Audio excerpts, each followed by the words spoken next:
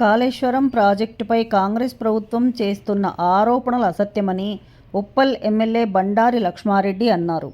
గురువారం హైదరాబాద్లోని ఏస్రానగర్లో ఉన్న ఎమ్మెల్యే క్యాంప్ కార్యాలయంలో ఆయన మీడియాతో మాట్లాడారు.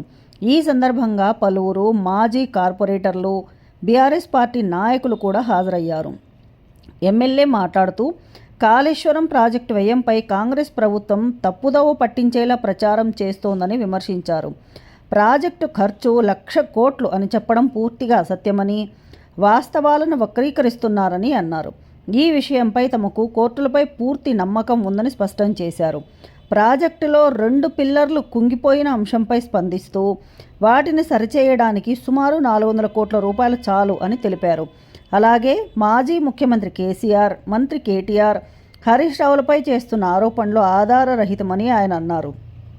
ఈ ఆరోపణలన్నీ ప్రజలు గమనిస్తున్నారని, నిజాలు త్వరలో బయటపడతాయని ఎమ్మెల్యే బండారి లక్ష్మారెడ్డి పేర్కొన్నారు. ఎంతో పుకార్లు లేపారు. మొత్తం అంతా కాళేశ్వరం కూలిపోయింది, అసలు 1,00,000 కోట్లు పోయింది అది పోయిందని చెప్పి ఈరోజు ఒక 400 కోట్లు ఖర్చు పెడితే అది మొత్తం ప్రిపేర్ అయింది. అది కూడా పెట్టకుండా బదనాలు చెప్తామని చూస్తున్నారు. కాబట్టి దయచేసి అది ఒక్కటి కూడా చేయాలని చెప్పి కోరుకుంటున్నాను 400 కోట్లతో. కాబట్టి ఈరోజు కాంగ్రెస్ పార్టీకి, సీఎం గారికి ఇలా ఒక షేమ్ఫుల్ ఒక ఇది ఉన్నది. ఎందుకంటే అందరు కూడా ఎక్కడ పోయినా కూడా కేసీఆర్ సార్ని ఎలా ప్రేజ్ చేస్తున్నారో మీ అందరూ కూడా తెలుసు.